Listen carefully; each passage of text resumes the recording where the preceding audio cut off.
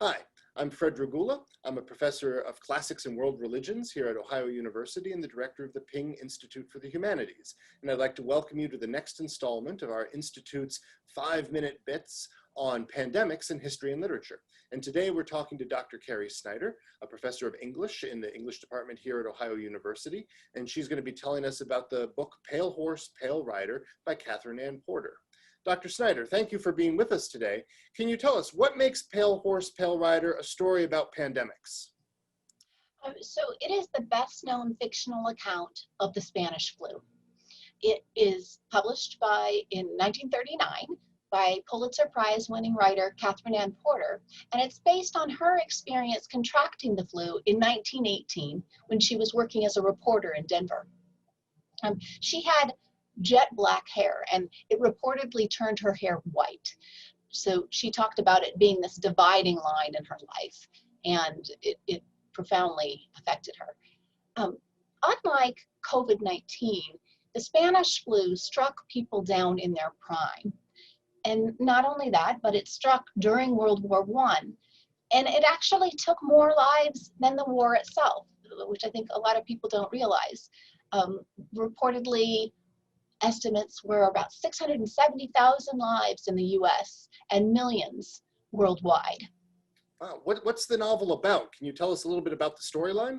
Sure. So Pale Horse, Pale Rider is a wartime narrative about a romance between a reporter, Miranda Gay, and her lover, who is a soldier about to be shipped to the front, Adam Barclay. It is abounds with references to death. At the beginning, they're walking across Denver, and they keep coming across funerals, and they say it's like some kind of plague. It's something out of the Middle Ages. And another point, Adam Barclay says they're dying like flies out there, and he's talking about the flu, not the war. So the narrative centers on Miranda's experience and her feelings of fear about developing intimacy with this man who she feels sure is going to die on the front. And also her feelings of guilt about not being able to do more, about sending men like Adam off to lose their lives while she can just sit there knitting socks and bringing candy to wounded soldiers. Then in an ironic twist, though, she contracts the flu. So she's the one battling for her life. And Adam becomes her nurse through that experience.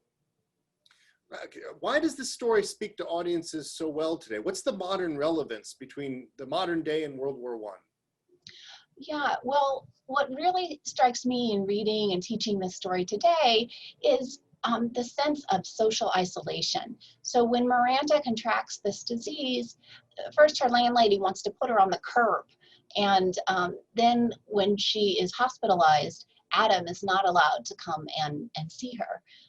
So there's really this sense of pervasive fear, of not understanding this disease, and then of loneliness and social fragmentation and isolation.